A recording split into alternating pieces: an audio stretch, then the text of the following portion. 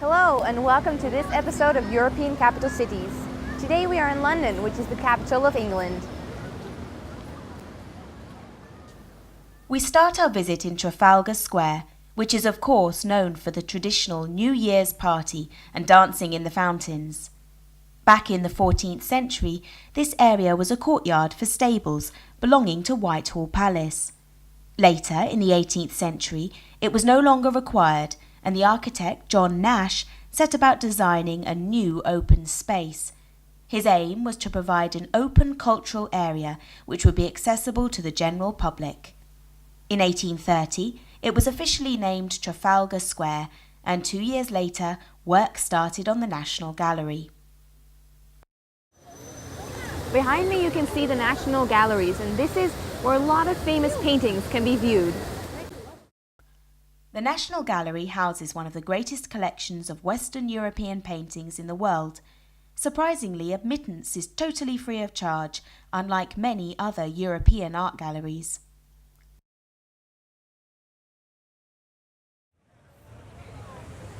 Behind me you can see St. Martin in the Fields. Now, according to My Lonely Planet, it has a story about it saying that St. Martin's has a tradition of tending to the poor and homeless that goes back to World War I.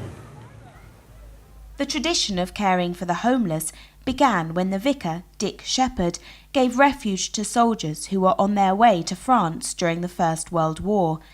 Nowadays, around 7,500 people are cared for every year by the church.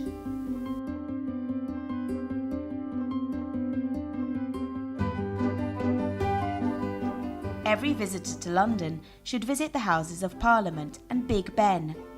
This site has been a centre of authority for over 1,000 years.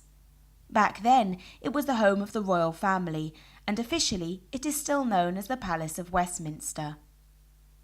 The oldest surviving building is Westminster Hall, the walls of which were built in 1097. The Houses of Parliament, as we know them, were built after a fire destroyed much of the original buildings in 1834. Although the clock tower is often called Big Ben, it was actually the name given to the Great Bell, which is the bell that chimes on the hour. It is not known for certain how the bell became to be called Big Ben, but a likely theory is that it was named after Sir Benjamin Hall. He was the first commissioner for works from 1855 to 1858. His name is also inscribed on the side of the bell.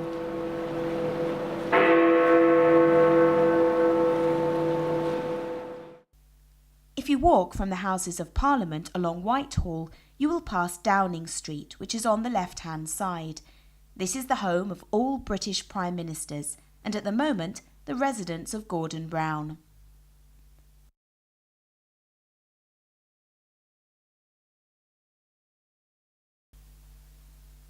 London's public transport is excellent.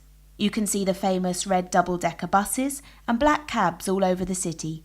The traditional black cab is now making way for more varied colours, but the distinctive design ensures that they stand out in the traffic. The Underground is also a very efficient and popular means of transport. In total, there are 402 kilometres of track, and every year over 1 million people take the tube.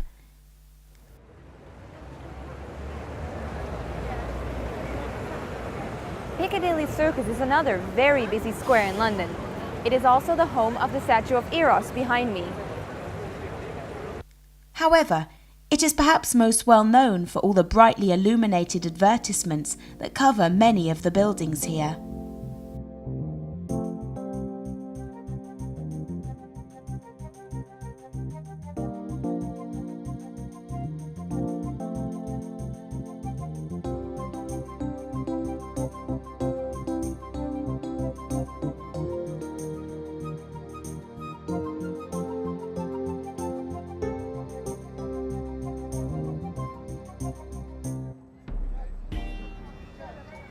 This is the River Thames behind me. It starts its journey in Oxford, flows through London to the North Sea.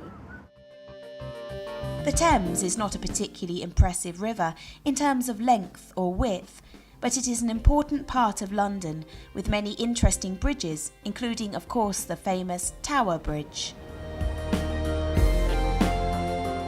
The Tower Bridge was built in 1894, and the Twin Towers are 25 meters high.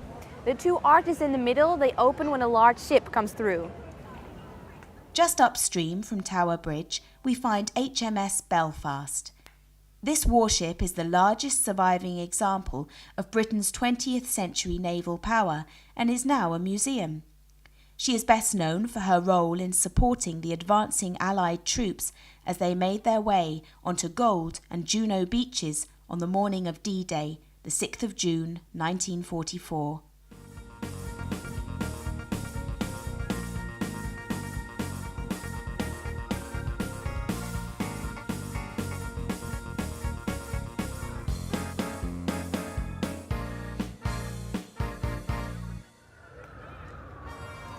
Behind me you can see the Tower of London.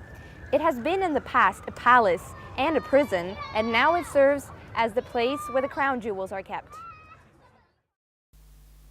The tower began life under William the Conqueror. Although we can't be certain of exactly when the tower was built, it was certainly underway by 1070. At this time it was known as the White Tower. The Yeoman Warders, who are better known by their nickname Beefeaters, are a typical sight at the tower. Their history goes back as far as the 1400s and the reign of Edward IV. To become a yeoman warder, you have to have served for at least 22 years in the armed forces with an honourable record. The current contingent of warders have experienced service in Northern Ireland, the Falklands War, Bosnia, the First and Second Gulf conflicts, and in Afghanistan. We can't leave London before visiting Buckingham Palace, the official London residence of Britain's sovereign since 1837. Besides being the official London residence of the Queen, Buckingham Palace is also the busy administrative headquarters of the monarchy. The Queen is the 40th monarch since William the Conqueror and is also the great-great-granddaughter of Queen Victoria. The elder daughter of King George VI and Queen Elizabeth, she was born in 1926 and became Queen at the age of 25. She has reigned through more than 5 decades of enormous social change and development. Her Majesty is married to the Duke of Edinburgh and has 4 children and 8 grandchildren. It is here at Buckingham Palace that you can often see military parades and the famous changing of the guard ceremonies. The soldiers, with their bearskin hats, and the royal household cavalry are also big tourist attractions.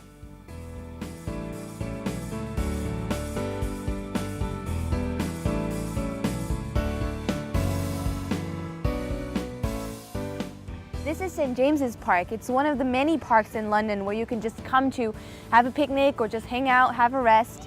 And this is where we end this episode of European Capital Cities. So I hope you enjoyed it, and I'll see you in the next episode. Bye-bye.